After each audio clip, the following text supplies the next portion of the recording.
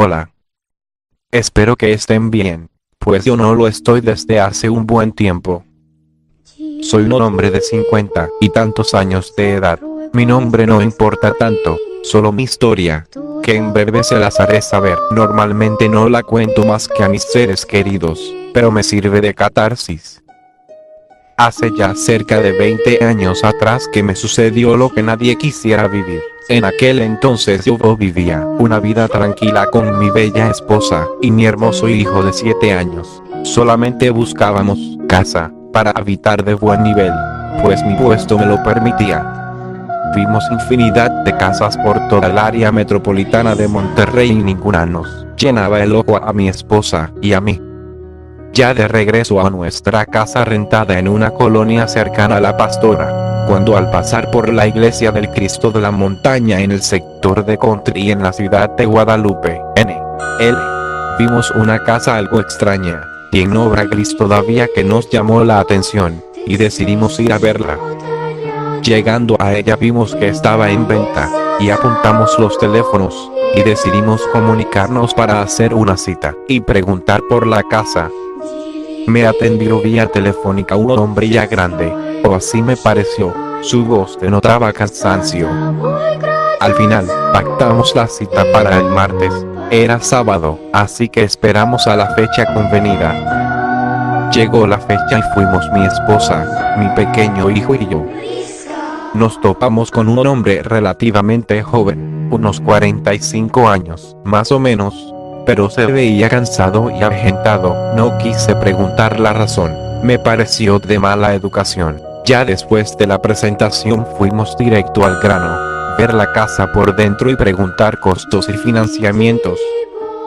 Ya dentro, nos dimos cuenta que lo extraño del exterior de la casa no era nada comparado al interior, lo cual la hacía más misteriosa, pues eran cuartos redondos con pasillos circulares, escaleras por aquí y por allá. Era de 3 plantas, pero la planta más alta era en realidad la de la entrada.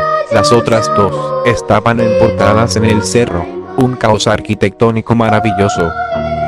El hombre nos contó una historia, algo triste sobre la casa. Nos decía que un hombre muy feliz con su esposa e hija, que desgraciadamente estaba lisiada y en silla de ruedas, querían construir una casa ad hoc para ella, donde se sintiera cómoda, y por eso del diseño y de las formas de la misma. Pero sucedió una tragedia en su segunda visita a la casa. La niña, de una forma desconocida, tuvo un accidente y cayó por unos de los ventanales. Nos quedamos atónitos, mi esposa y yo, y después de despertar del letargo de la noticia, me di cuenta que mi hijo no estaba al lado de mi esposa. Le pregunté por él y me dijo que hacía un instante que estaba allí con ella.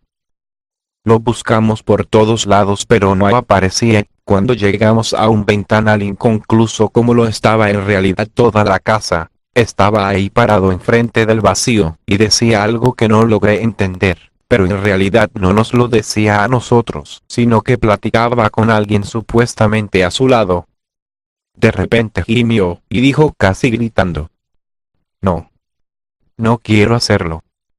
Nos acercamos a él, pero en eso saltó por el ventanal, o mejor algo lo empujó. Lo sabemos bien porque él no haría algo así, por lo que dijo antes de hacerlo, y por la fuerza con la que saltó. Nos acercamos al ventanal maldito, y vimos cómo yacía nuestro pequeño en las rocas del cerro en el cual estaban los cimientos de esa casa.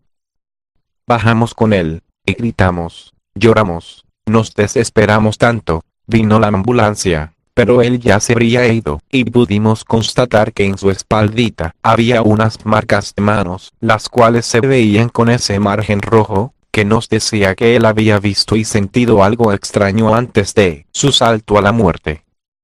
Su sepelio fue muy triste. Yo traté de soportar todo, y de sostener a mi esposa, que cayó en una depresión inmensa, que la llevó al suicidio 6 meses después de la partida de mi bebé. No pudo más y se cortó las venas en nuestro baño, en esa casa de renta. La encontré después de trabajar, desangrada, y con cara de tristeza plena. Caí en depresión yo también. Pensé en el suicidio muchas veces, pero me acobardé. y solo podía ver a mi esposa y mi bebé juntos, y me invadía la soledad, la tristeza y el coraje. 1. Casa de los Tubos, ubicada en Monterrey, Nuevo León, México.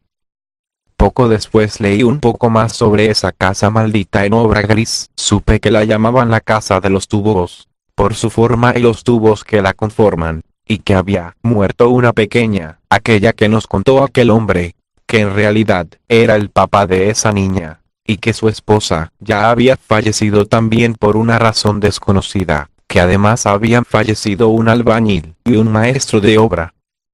Me duele recordar, y cada vez que paso por ahí, mis lágrimas recorren mi rostro, y me parece ver a lo lejos en ese ventanal a mi pequeño, y a una niña en silla de ruedas a su lado diciéndome adiós.